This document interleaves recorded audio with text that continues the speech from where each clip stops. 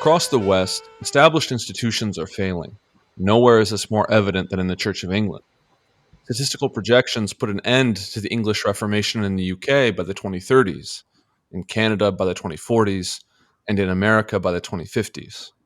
Young people increasingly identify as nothing in particular on surveys of religion.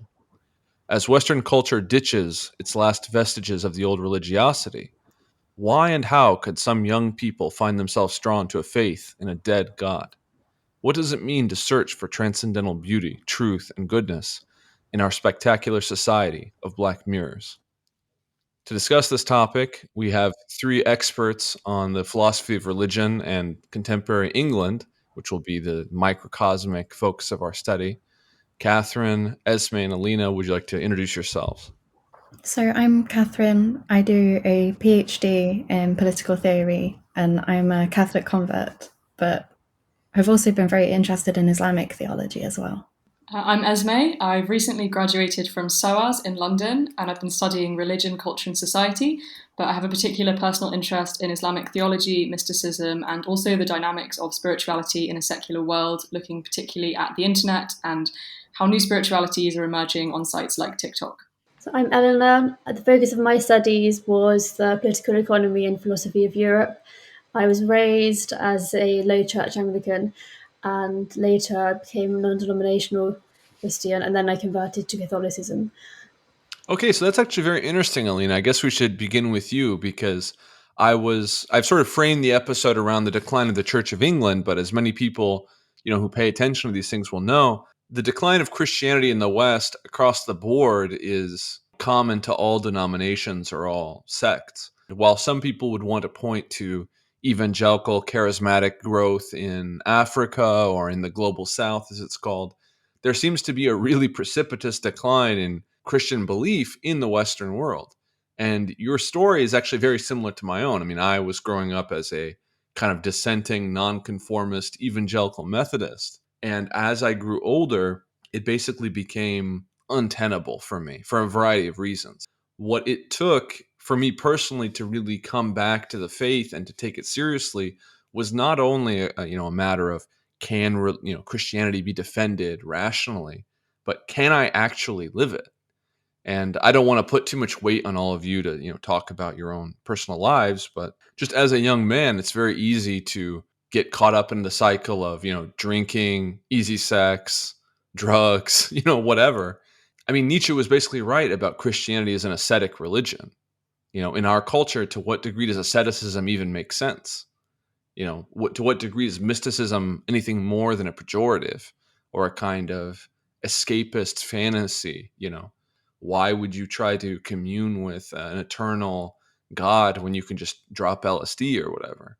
And I think that's a major contributing factor. I asked people on Twitter today, okay, what's up with the Church of England? Why is it in this decline?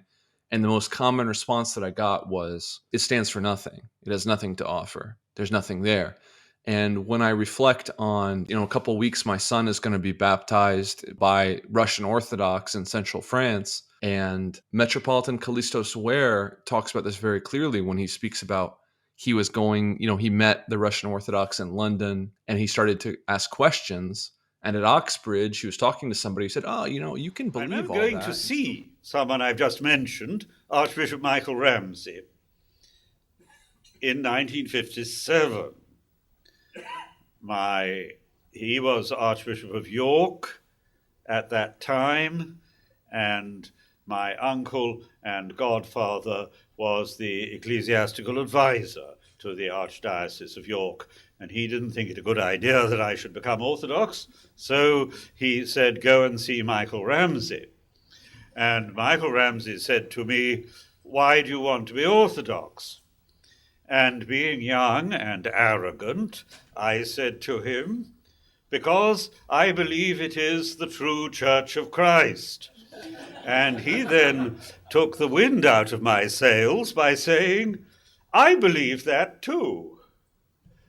And he developed the point. He said, I believe the Orthodox Church is the true Church of Christ in the sense that it has a fullness of faith and spiritual life not to be found anywhere else in Christendom.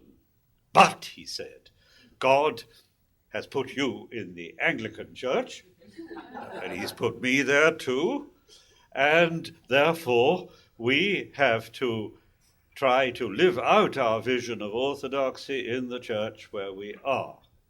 You are an heir, he said, to the Middle Ages, the Reformation, the Counter-Reformation, the Enlightenment. If you become Orthodox, you will be opting out for all of this from your own cultural situation. This is quite a persuasive argument, but as you see, it didn't entirely convince me. And he said, well, why would I? And I think that's the question that sort of faces all of the entrenched institutional Christianities. Well, why would I? Yeah, I think that hits the nail on the head in terms of representing the Anglican faith. I think people have referred to it, to the religion of England now in the late 20th, early 21st century as kind of Anglican multi-faithism, whereby anything can be believed in a sense. The era of dogma and doctrine as such are over. And I mean, obviously this started a long time ago with kind of the unhinging of minds from any kind of basis in objective truth. And so this is kind of inevitable, I suppose, that this is how faith has now materialized in much of the world as kind of a legacy of the kind of corruption of our minds through bad philosophy and other things. So that's been my experience, and that I rejected in meeting with Christ and believing in Christ and wanting to follow him. And as you say, follow him in a sincere way and hopefully an authentic way, even though I do so very imperfectly. But in wanting to do that, Anglicanism didn't offer me any of the resources to be able to pursue that authentic, ascetic pursuit of Christ, and deification almost that we're called to become more Christ-like.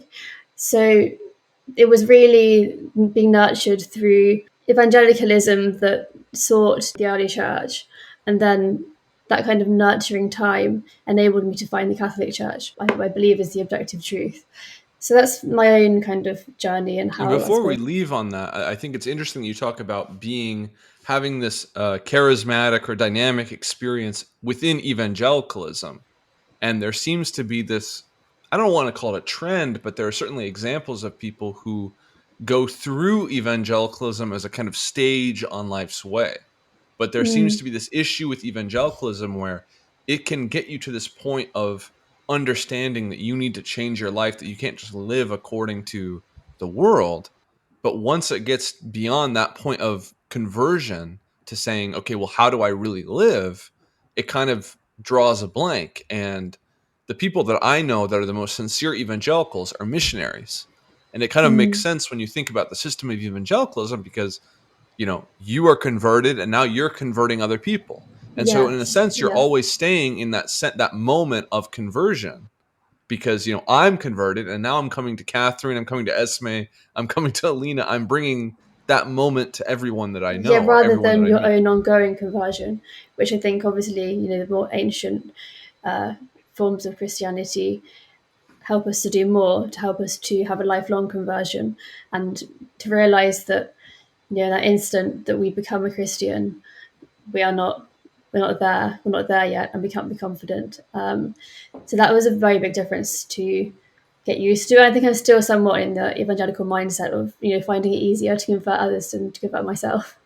So what was the jump for you between evangelicalism and Catholicism? Yesterday, Alison Milbank was speaking at St. Bartholomew the Great in London about this sort of controversy within the Church of England about, whether or not the old parishes, the actual institutional local churches, are a hindrance to the faith. And as an outsider, I'm not here to judge the Church of England, but it seems like the leadership of that church are hell-bent on disemboweling themselves. Like they have a project of total destruction of whatever is left of their religion.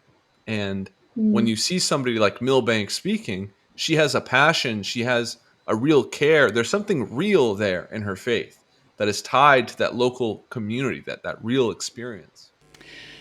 So, for some years, the Church of England has totally capitulated to market values and managerialism. This can be seen as far back as Mission Shaped Church in 2004 and its embrace of the homogeneous unit principle for growth.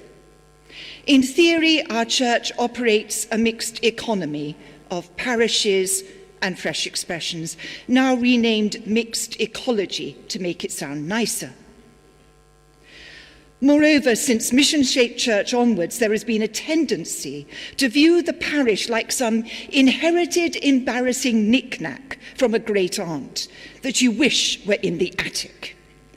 COVID has been an opportunity to expedite further the demise of traditional church, as in this statement from some senior clergy last year in the Church Times. This is the COVID situation. Being prevented from going to church might liberate us from our habitual routines to become church all over again, or perhaps for the very first time. Such rejuvenation may help to release us at last from the prison of our church building, which for many have become shrines to the past, which not only soak up energy and resources, but also perpetuate concepts of division and hierarchy, harmful to a mature understanding of who we are. Along with this denigration of our orders, our worship, and indeed our whole ecclesiology, our DNA, if you like, goes a draining of resources away from parishes. Chelmsford Diocese, for example, is to lose 60 posts in 18 months, with 40 more in the offing. And other dioceses plan their own cuts. The church commissioners are, however, doing quite well, with returns of 12.4% on investments last year, with 500 million extra to spend, likely to continue till 2025. Yet rural ministry is cut back ever more to the bone. And that's not to mention the eye-watering salaries paid to ever more managers at diocesan level linked to this mission strategy. We are at crunch time. Are we the Church of England with its reformed Catholic character, its sacraments, orders and liturgies, and its parish witness, or are we a nonconformist sect? There are hard decisions to be made in a church during a period of secularization and atheism. You know, she kind of presented the debate within the Church of England as between, you know, evangelicals and the sort of reformed, Catholicism that she more represents. And I just wonder, Alina, since you went from an evangelical to a Catholic, what was the real distance there? What was the difference? Yeah, I also do know many, very believing Anglicans, and many of them, do reflect Christ very well in many ways. But ultimately, I didn't know, what does Anglican represent, and what are its foundations. And once I started delving into it more, I just thought, the way it's heading, its trajectory is conformity with the world rather than conformity with Christ. And I didn't feel it was, offering me conformity with Christ. But as we see, with the decline in people willingly attending, it's not offering them any. It's not offering them anything. So I suppose, the difference has just been finding myself, at peace with a church that I feel is authentic and true to the deposit of faith that the apostles were given, and has not swayed from that. And to be clear for the audience, I mean, I know that we have listeners who are non-Christian or whatever. The New Testament is very extreme when it says, do not love the world or anything in the world. Right? I mean, it's a very uncompromising view of life. And to actually live up to it is a kind of condemnation of ourselves. I mean, I certainly don't live up to it. And it's a problem for me every day that I try to fight. And I mean, I'm speaking to three women. I'm a man. I'm not going to pretend that our struggles and our sins and our difficulties are the same. But it's just a reality that the gospel asks. Many times in the gospel, the apostles turn to Christ and say, this is a hard teaching. This is a hard teaching. And when I think of so much of contemporary Christianity, there's nothing hard about it. It's just very easy. It's all very easy. And I think that is a kind of death knell for the institutional church, which, to be fair, I mean, I'm not here to condemn Anglicans, but they have made a deal with the devil of sorts. I mean, they're completely integrated into the state and society of England. So as goes the UK, so goes the Church of England. I mean, that's the reality. And I mean, they can't, to what degree can they be a prophetic voice in the wilderness, calling people to repent when their bishops are appointed by Boris Johnson or whatever. I feel like Catherine has something to say here. Only really sort of total agreement. I agree with you almost entirely. When you talk about the fact that the apostles themselves turn around and sort of cry out, talking about how difficult this is, talking about the fact that it almost feels unsustainable to live this kind of life. The expectations are too difficult, are too brutal, require too much sacrifice, too much suffering, too much death to self, which really Christianity is in many ways. They even betray their savior. Their Christianity fundamentally and Abrahamic religions require self-sacrifice, require suffering. And that should stand in complete opposition to contemporary society in the West. Contemporary society in the West tells you or indoctrinates you or advertises you and sells you the fact that it doesn't really matter what's best. So there is no objective morality, there is no objective truth.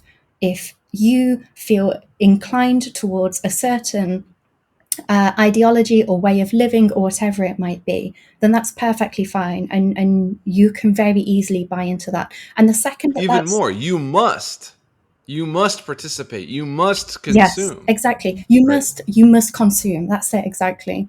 And the second that stops feeling pleasurable, and it's not a question of feeling truly happy, of feeling sort of eudaimonic or like you're flourishing anyway. It's a question of when it stops being pleasurable personally.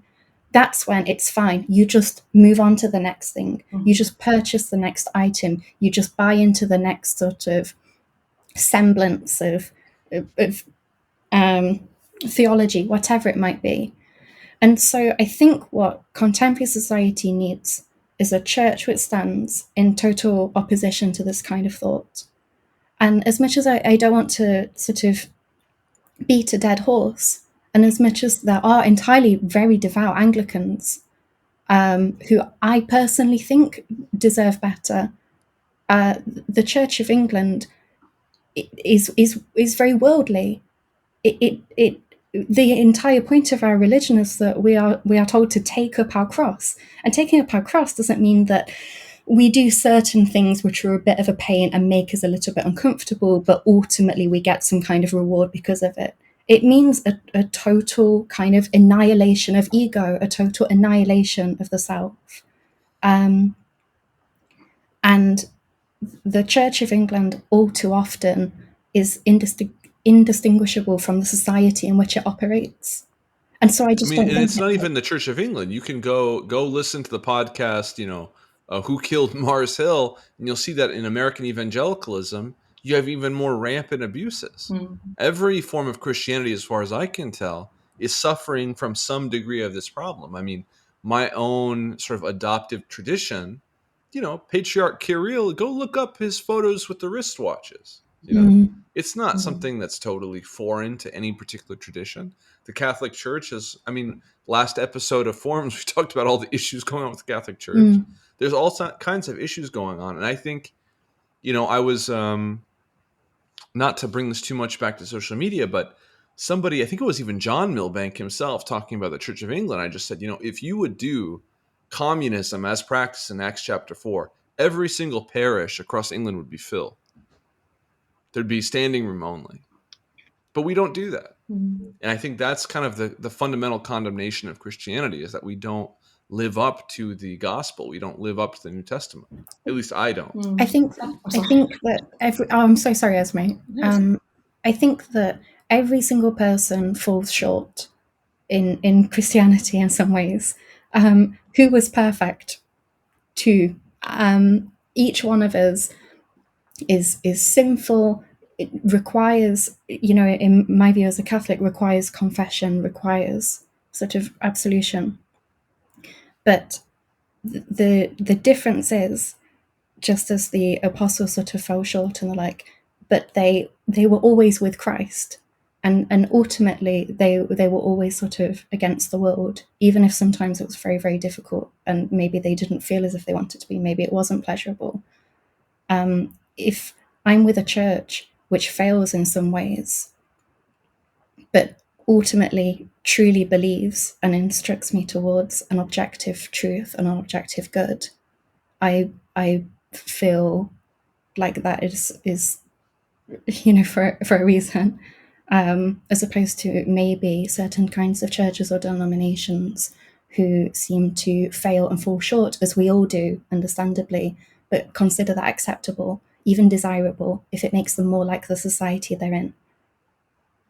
Catherine, that's all really well said, and I think the most striking point for me was what you were alluding to about the church's lack of basically setting apart the sacred from the profane. It's just become completely absorbed in the profane, and I think that is co-constitutive with the society that we're living in the sense that everything is so worldly, right? It goes without saying. That sounds like a very redundant point, but I'll elaborate. I think going back to what you were saying about choices and about how there's this mentality of, do what suits you, and then when it no longer suits you, move on. And it's essentially prioritizing the sensory or even the sensational quality of any ideology or religion over something which is far more transcendent than that, like salvation. So it is, you could say, sensation over salvation in that respect. And I think in that sense, it becomes very difficult growing up in this environment if you haven't inherited any tradition, if you're not comfortably set into that tradition from childhood, and you're very familiar of its mores and customs and imaginal dimension of it too, if you don't have that exposure to the real depth or meaning of a tradition, then you will just inevitably be drawn to what gratifies you at any given time. And I think in that sense, I think maybe it's worth being kind of self-aware in this situation and saying that unfortunately, even each of us who are seeking in some way to return to tradition, as it were, we are postmodern subjects. And to get to where we are now, we have had to do a bit of picking and choosing, as much as we may criticize that in itself. And it's this notion of what Grace Davey called believing without belonging, and you alluded to that in the opening paragraph. So I think this is it's inescapable, really. And in a way, even if you choose to return to tradition, so I can't take that seriously, but even if you choose to do that, it's still, in a sense, you are sort of choosing just one of many options in a sort of, as it's been called before, in a cafeteria of styles or an archive of styles, and you can pick and choose that way of life. It's not, in a sense, it's not truly traditional, because the very etymology of tradition is about having something handed down to you. It's about tradire means to give up. The whole notion imbued within tradition is that it's something that's given to you. It's not something that you're supposed to craft yourself and choose when you're 18 or having a midlife crisis. I'm not criticizing people who do that. Obviously, it's completely inevitable, but it's just an observation, really, that whether we like it or not, we're all postmodern subjects, and we have to go through a degree of that trying and testing and sampling and things. I think that there is this kind of rupture that almost every single human being, I mean, unless you're, one of the North Sentinelese living in the Indian Ocean, there's a fundamental rupture between your world as it exists today and as it existed with your ancestors. Yeah, and that really is an increasingly common phenomenon, that trivializing of religion to something which is usually a factor of politics or identity or culture even. I mean, I've seen it on both sides, actually, because on the one hand, I've noticed that a lot of sort of so-called conservative cultural commentators will often use the expression culturally Christian. They go sort of, oh, I'm culturally Christian. And what they mean by that is that they're clinging to the outward aesthetic trappings of Christendom, because, of course, often has deeper meaning, sometimes associated with the empire, even sometimes, not always. And they don't actually commit to the ethical precepts of the religion, because usually they're not really conservative, they're more neoliberal, and you can't really reconcile the two. And then on the other hand, and something we were talking about a little bit before we started recording, was that you equally see this very interesting phenomenon of secular Muslims, and particularly on the terrain of identity politics.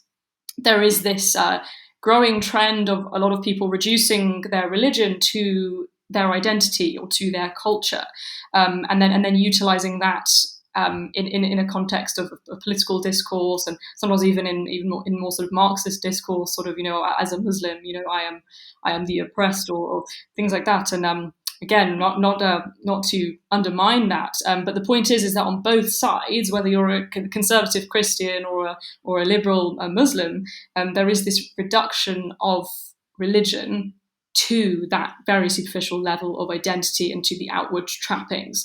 And I mean, this makes a lot of sense, given that really both of those camps, if you like, are ultimately have a very similar idea of progress, actually, and they have a very similar idea of secularism, really, one way or another, whether they'd admit that they share that same vision of secularism. And it seems that many religions will go that way, apart from, as we're already talking about, people such as yourselves who have returned to a more authentic religion, which is principled. And can I just say, it's really refreshing to see this. I think there certainly are a lot of live action role playing Catholics on Twitter. That certainly is true. But as you say, even if there may be some superficiality, at least there are some people who are actually going, no, this is deeper than this. The religion is actually about. It's not about identity. It's about so much more than that. And it's about going beyond your identity. It's about transcending that. Actually, I mean, going back to what you said at the beginning, Catherine. I mean, it's about sacrificing yourself, not asserting yourself, as we're seeing today. Yeah, some of that reminded me of like how religion has been lost in nations, and the trappings of consumerism.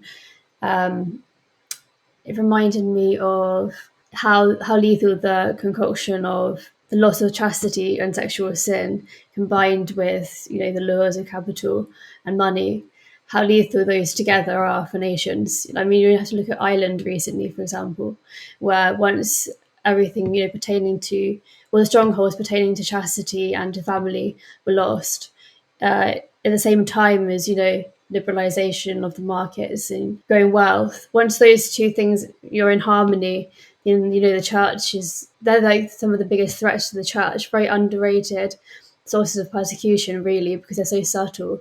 And I'm sure, as Catherine will also attest to, the work of Eugene McCaraho is very interesting in his writing on the disenchanting of the world and like the desacralization of the world through the lures of consumerism, and and from the onset of, I'm sure not everyone agrees, but the onset of Protestantism, and how that kind of opened the door to liberalism. Then wealth is kind of the kind of Jacobin mindset that the market, is the ultimate god in the end.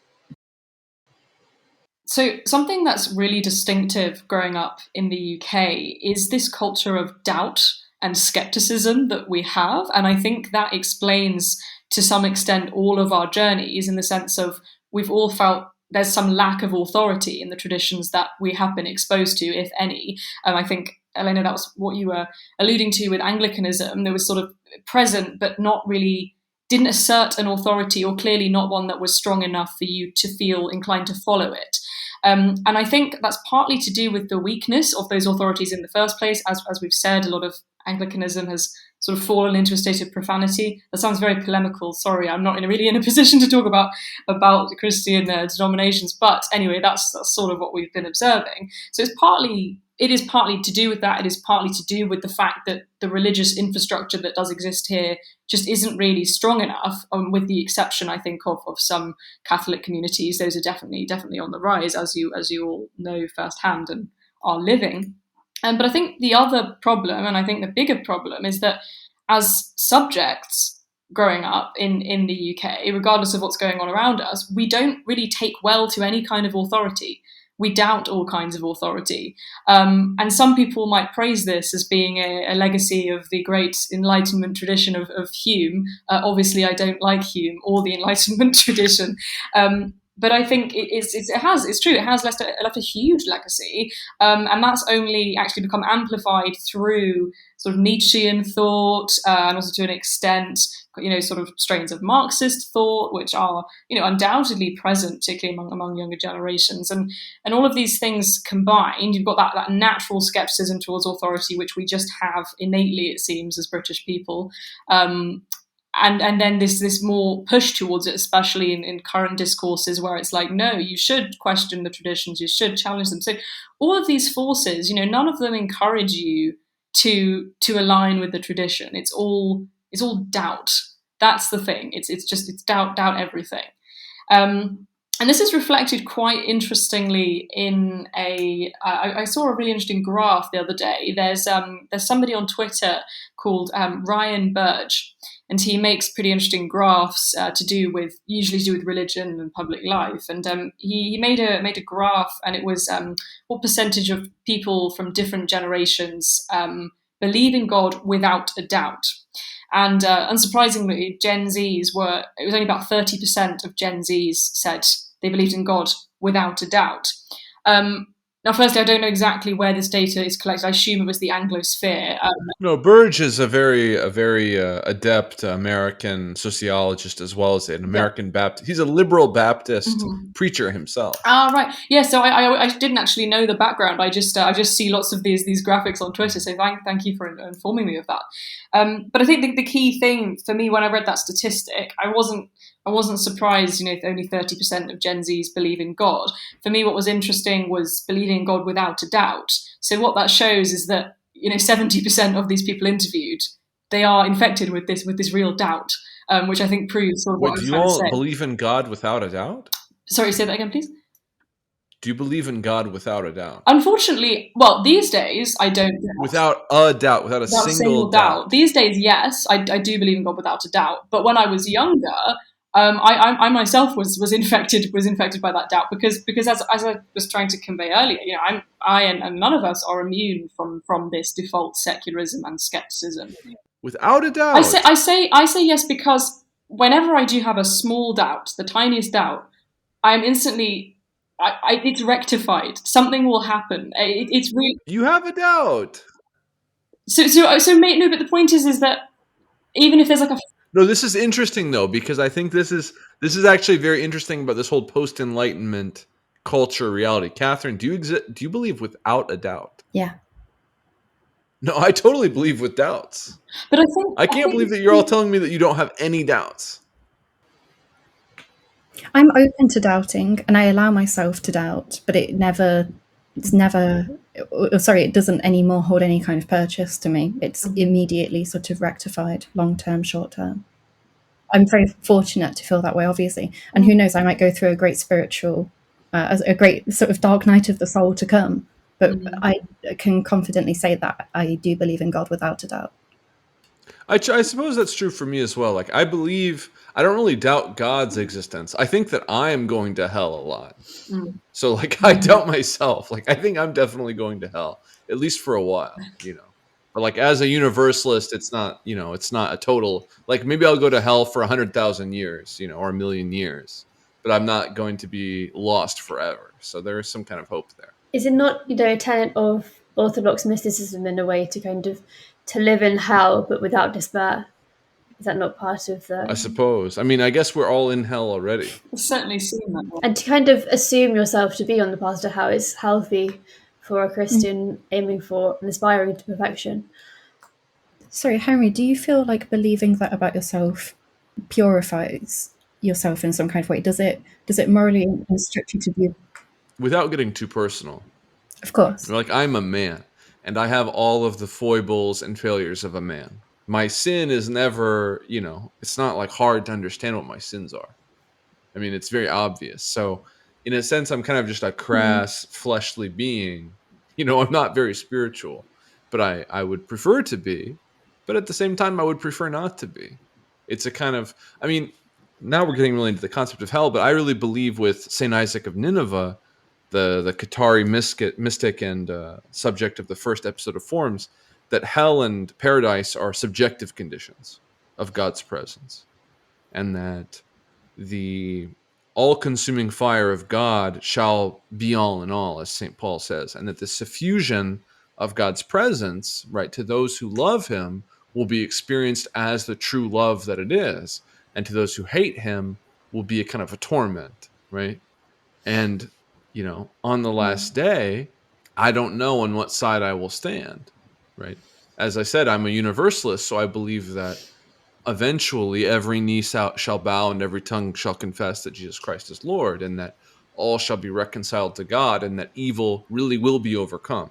I truly believe that. I truly believe that, even the devil and his angels shall be, repent and be redeemed. But I might be there with the devil and his angels at the last wave of people to be like, okay, God, I love you, because I just don't live it. I don't live it to that degree. And that's just the realities. I don't love my neighbor as I love myself. If I may, I would say that the sort of things that you're talking about are the sort of things that obviously I think affect the vast majority of Christians, not living up to the standard of which they see as perfection. It is not to get too personal here, but by that logic, do you sort of, I suppose, believe that the majority of even sort of practicing Christians who obviously fall short are destined to the same kind of idea that you have for yourself? I have no idea. I mean, my perspective is very simple. Like, I think we live in perhaps the most evil of all ages of human life.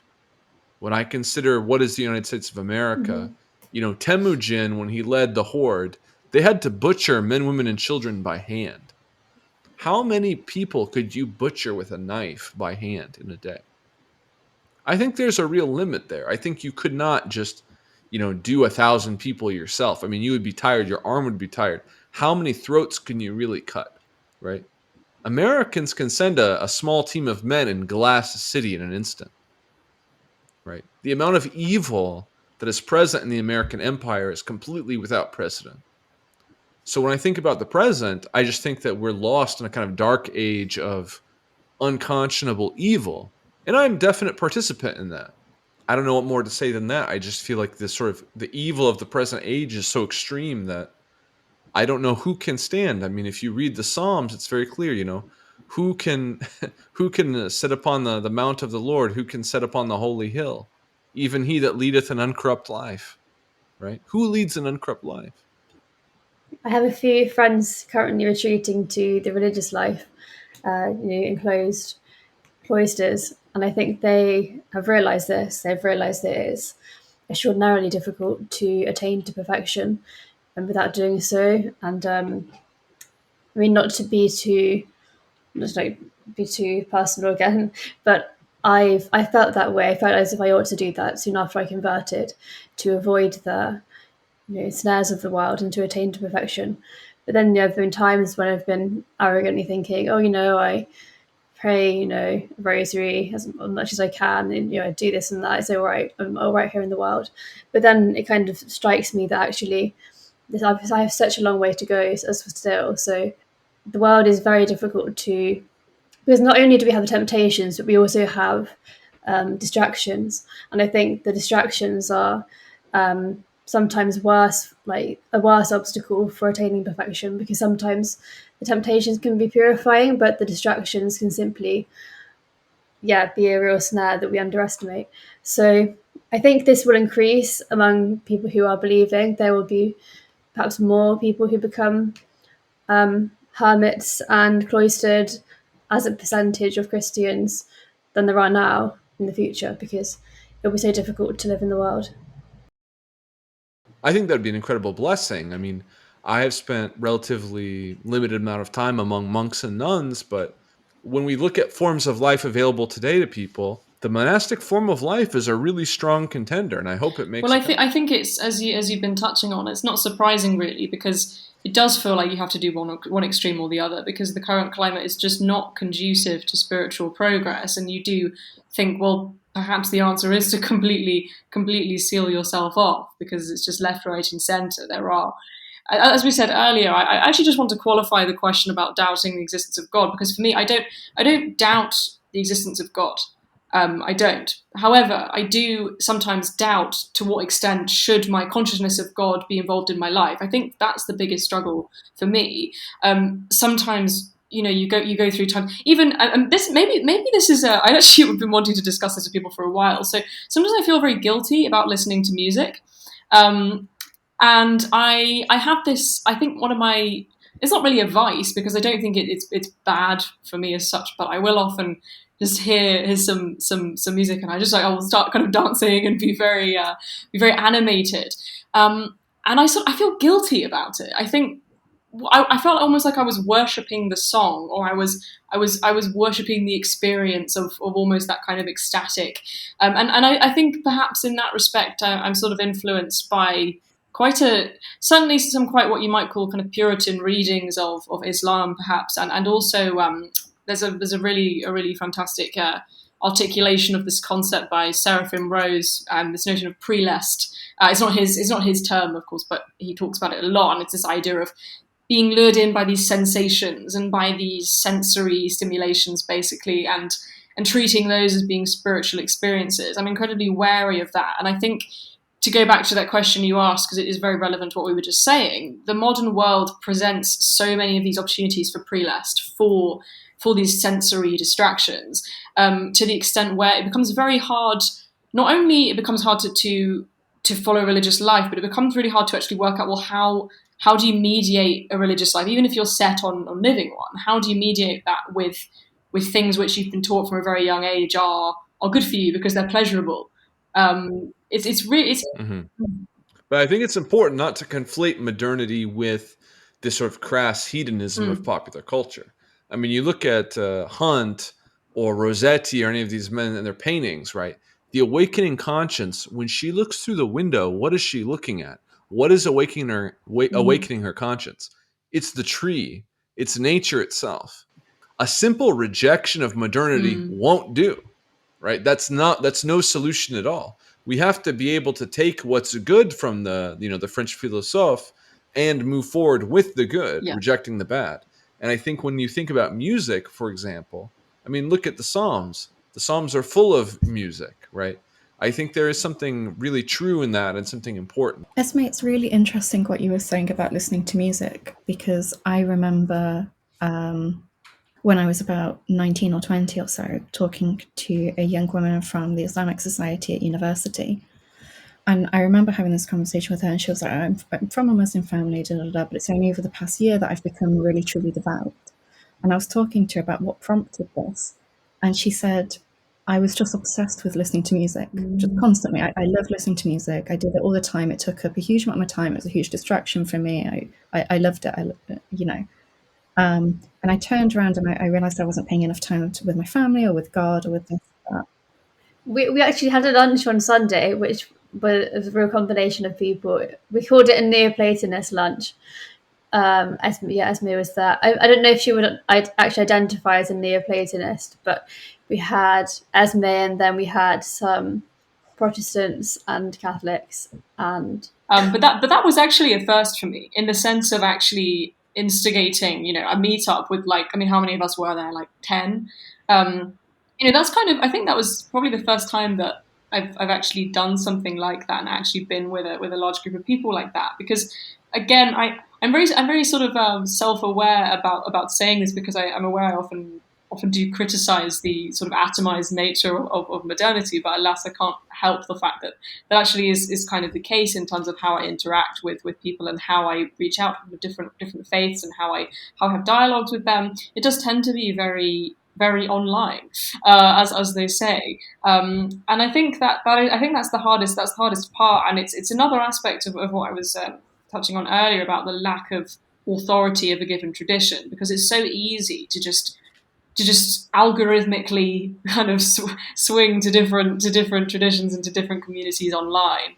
Hence, you get all this laughing, and we don't really have those organic communities. And I think that's been the hard. I mean, in terms of me settling into a tradition, which as sad as it is, I don't think I have. I think the main reason for that is just that lack of grounding, and everything being so liquid, as we talked about last time, Henry, with the sort of liquid modernity and the nature of the internet. And of course, the internet's been a huge influence in detraditionalization, because it reduces things to streams of information and images which just fly by you, and there's no permanence there, and hence it's really not conducive to forming those stable organic communities. This is obviously quite obvious. This isn't that wasn't supposed to be a particularly profound observation. It's just something that's undoubtedly been a huge hindrance for me personally. Yeah. For Catherine and Alina, to what degree does the Catholic faith rise above a mere set of propositions and actually become something of a form of life? To what degree do you have a real community there? I would say certainly in London there is a real community of young Catholics who are traditionally minded. I mean, I sometimes find it even overwhelming how many of us there are, and how often we would cross paths. And I think there is something really emerging. I think perhaps there's just a lack of, especially during the last year, of course, a lack of infrastructure in place for us to kind of do something very proactive together. But I mean, we obviously, I suppose, live in a communal way, and I think the internet does help to foster that. But perhaps we could, for me, my observation is that we have so much community, but we're not doing enough with it at the moment. So we need to, be being salt and light on earth more together. So I think communities I don't find is lacking. I know in other parts of the country it is, but I think my biggest question, not just to you, but just generally, is, I mean, do you think that we will start seeing a pushback against this? Because I often hear people joking about forming, as you did earlier, about buying a village in France or something, and actually turning that community into a really embodied one. And I know, among certain communities, there is this sort of almost kind of, we're gonna start a commune, and I have a friend who uses the expression Christianity, and basically starting a kind of kibbutz type thing and I think a lot of these things are very easy to say this when you're in a group chat, but I'm really curious as to, as things get more difficult, I think, for people who are of religion, and without getting too political, I think that may actually become a problem in terms of religious freedom. Well, before Alina and Catherine respond, I should say that there are a number of French communes that have existed for multiple decades at this point and are quite successful. So, whether it's Yellow Vest or the Notav movement or the ZAD or any of these other things, there are real contestations that occur. That's lovely and really refreshing and quite inspiring, actually, that people are it's not just thoughts, it's also actions. Oh yeah, I mean, it's I wouldn't say it's the majority of people by any means, but you go to the French elite universities, and there's a cadre of people that say there's no future for us in this dead society.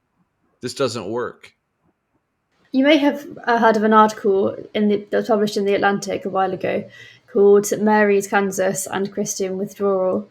And it's describing a community attached to the international society that I kind of attend, which is the Society of St. Pius X. And so this article is talking about a place in Kansas, which I think is serving as both an example and adjacent to it happening elsewhere in the world. But I think this is the biggest example currently, whereby many families have gathered together around the Society of St. Pius X, and they're now actually constructing a huge multi-million pound, I think, basilica kind of church, actually. There are so many families, and the chapels were overflowing. There wasn't enough room to accommodate them. I'm sure Americans will be able to offer more insight, but I think that serves as an example of the way things are going, and obviously it prompted enough attention to, for the Atlantic to cover it. And I think it's particularly an issue which I'm sure you're starting to learn with education. I have so many Christian friends who are involved in or seeking to establish classical education projects, whether that's physically or online to begin with. So I think a lot of these communities are forming because they realize the threat that even homeschooling will be regulated at some point, and what the state curriculum is offering is obviously not something they want to feed their children. So I think the main prompt at the moment is education, but I think it will be an attraction for everyone before long. I think it's very interesting that people from various political positions are landing upon this strategy of destitution of institutions, of saying that we need to just, pull out to whatever degree that we can of, as you say, the education system or whatever, and try to establish some kind of autonomous base. What do you make of this, Catherine? I think that just going back to what Esme was saying about the idea of you have this sort of idea, especially online, and a lot of online communities, well, let's set up like a commune or a kibbutz or some kind of homestead or something. And then you have the reality, especially in Britain and the like, of Christianity slowly becoming, going from sort of unfashionable to being considered sort of hatred to maybe being persecuted actively in the future. And then Esme kind of asked the question, does this idea of the kibbutz or homestead or retreat from the world kind of become reality at this point? If I'm understanding you correctly, Esme. Yeah. And I think what's really interesting about that is it's basically the Benedictine option, right? The idea that if Christians have a real kind of sense of community, and that's the big if, I suppose, is it in real life? Can it be put into practice, or is it simply sort of like theory and dreams and LARPing or whatever? And they find themselves actively persecuted. Do they go out into the world and try to evangelize and convince others? Can they go up against sort of like mighty imperial Rome? Can they go up against 21st century secular Britain? Or do they retreat from it almost entirely with their own sort of monastic communities? And I think that as some Christians will maybe be swayed, because it's very easy to be swayed from Christianity, because as we say, Christianity isn't pleasure-based and the world is. I think as some Christians will be convinced by the world and will sort of almost fall to modernity, I think in this, I don't mean to sound sort of like dystopian science fiction, but in this possible outcome in which Christianity is sort of actively persecuted, I do think that there's a very, very, very, very real chance of monastic communities just thriving as a result of it. I think that matches up quite well. I think fundamentally, just to respond to that question about the Benedict option, I think Rod Dreher fundamentally misunderstands St. Benedict. And for those listening that want a fuller treatment of this topic, I would really recommend the book The Way of St. Benedict by former Archbishop Rowan Williams himself. Gets into this question because I think Dreher, well, without getting too deep into it, I think Dreher's sort of vision is very scattered and not really coherent. Whereas Williams really concentrates on what did St. Benedict and his rule actually consist in. And one of the key parts of the Benedictine rule is this concept of being dedicated to a place, right? You commit to a place. And when I think about Christianity, as far as I understand, the Christian religion promotes two forms of asceticism for every human being. One form of asceticism is the higher form, which is this sort of monastic or self-denial where you dedicate yourself to a place. That's kind of historically how it's played out. The other form is sort of lesser, but in a sense easier and more common, which is to dedicate yourself to another person. And that would be like marriage, right? So I dedicate myself to my wife, and in that I sort of take up an ascetic task. But when I dedicate myself to a person, it's easier for a number of reasons. Dedicating yourself to a place, that's a really hard line. But I think in a sense it's actually truer. And I agree with you in the sense that I think that over time, Christians will need to reappropriate this ascetic vision. I mean, in American evangelicalism, at least, there's this kind of hedonist trend of saying that, God made marriage for sex, for pleasure, for all these things, right? Whereas if you read St. Paul, that is not at all his vision, right? Or St. Jerome even. I think more people need to read St. Jerome's letter against Joannes. I mean, that's very radical, and I think it would make St. Paul seem very light to address. Yeah, I certainly agree to the extent that, where there's been decadence and abandonment of the essence of the faith, and abandonment of asceticism and of the very deposit of faith in terms of how we live. I mean, that is a punishment from God. When they have collapsed as a result, and it's inevitable. Well, today is the feast of Saint Dominic, who founded the Order of Friars Preachers, and his approach was to go around in humility, showing our humility, to be going around barefooted, armored with the truth. And I think we do need to return to that. We need to return to simply, I mean, he's obviously characterized often in contrast to the Franciscans, but in reality, all of the successful religious orders have had humility and the witness to virtue at their core. And yeah, I think as Christians, we do need to have focus less on our rhetoric and more on our witness, because that has been a big lack, as we see. And as I said to people many times before, I think most of the triumph of error is as a result of Christians responding to error uncharitably, or just in a way that is not acknowledging of human dignity and imago Dei. So I think witness, as you were saying, has to be at the heart of how we return souls to Christ. I think that there's a great lack of love in our society, and there's a great lack of charity, and there's a huge amount of ego and cruelty in the world. I know that I'm very egotistical and I'm very cruel, and I see that a lot in the world and in the country that I live in. And I think that Pope Francis's success is the fact that it's born of his overwhelming and entirely endearing and moving love. I think the man radiates love. I think the man radiates charity. And that's far more successful in convincing people, even opening the tiniest crack into a closed off heart to allow the light in, is just love and charity. And it always has been. And when we try to sort of overwhelm people, again, Esme sort of mentioned this before we started recording, obviously Islam has there's no compulsion in Islam. And I'd say that that's practically true when we look at when Islam tries to recruit via force. It's often not as successful as it is when it recruits via love. I'd say it's exactly the same with Catholicism. And it's Christ's message. Christ's message is love. It's convincing. It works. It might sound entirely twee, but it can bring down empires.